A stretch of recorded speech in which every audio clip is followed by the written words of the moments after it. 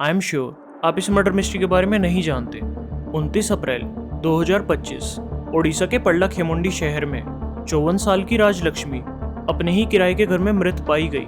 उनकी मौत का कारण हार्ट अटैक बताया गया, लेकिन 2 हफ्तों बाद जो सच सामने आया उसने पुलिस से लेकर रिश्तेदारों तक सभी को झकझोर दिया। आज से 14 साल पहले राजलक्ष्मी को सड़क किनारे एक 3 दिन की नवजात बच्ची लावारिस मिली।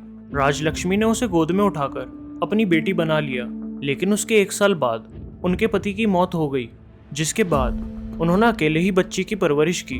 कुछ सालों बाद वो पल्ला खेमुंडी शिफ्ट हो गए बेटी को केंद्र विद्यालय में पढ़ाने के लिए, और वहां उन्होंने एक किराए का घर लिया। साल 2025 वही बच्ची अब 13 साल की हो चुकी थी और 8th क्लास की स्टूडेंट थी। इसी दौरान ये भी खुलासा हुआ कि वो अपनी एज से 2 बड़े लड़के गणेश और दिनेश के साथ रिलेशनशिप में थी। राजलक्ष्मी को जब इस बारे में पता चला उसने इसका विरोध किया, लेकिन उसकी अडॉप्टेड बेटी को ये नागवारा था। उसने अपने बॉयफ्रेंड्स के साथ मिलकर अपनी माँ को रास्ते से हटाने की प्लानिंग की, जिससे उसका रिश्ता चलता रहे और उसे राजलक्ष्मी की प्रॉपर्टी भी मिल जाए।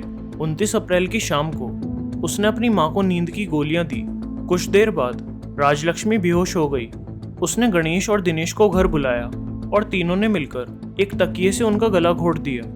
प्लानिंग इतनी चालाकी से की गई थी कि किसी को शक तक नहीं हुआ। बाद में हॉस्पिटल में राजलक्ष्मी को मृत घोषित कर दिया। परिवार को बताया गया कि उनकी डेथ हार्ट अटैक से हुई है।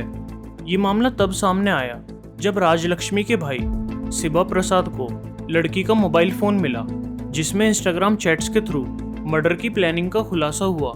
जिसके बाद 14 मई को शिवा प्रसाद ने पल्ला खेमुंडी थाने में रिपोर्ट दर्ज करवाई। जांच तेजी से हुई और इंस्टाग्राम चैट्स के बिहाफ पे पुलिस ने तीनों आरोपियों को गिरफ्तार कर लिया। पुलिस ने आरोपियों के पास से 3 मोबाइल फोन, 2 तकिए और लगभग 30 ग्राम सोने के गहने बरामद किए। एक माँ जिसने उसे नाम दिया, उसी बेटी ने उसका अंत किया, और वो भी खून से।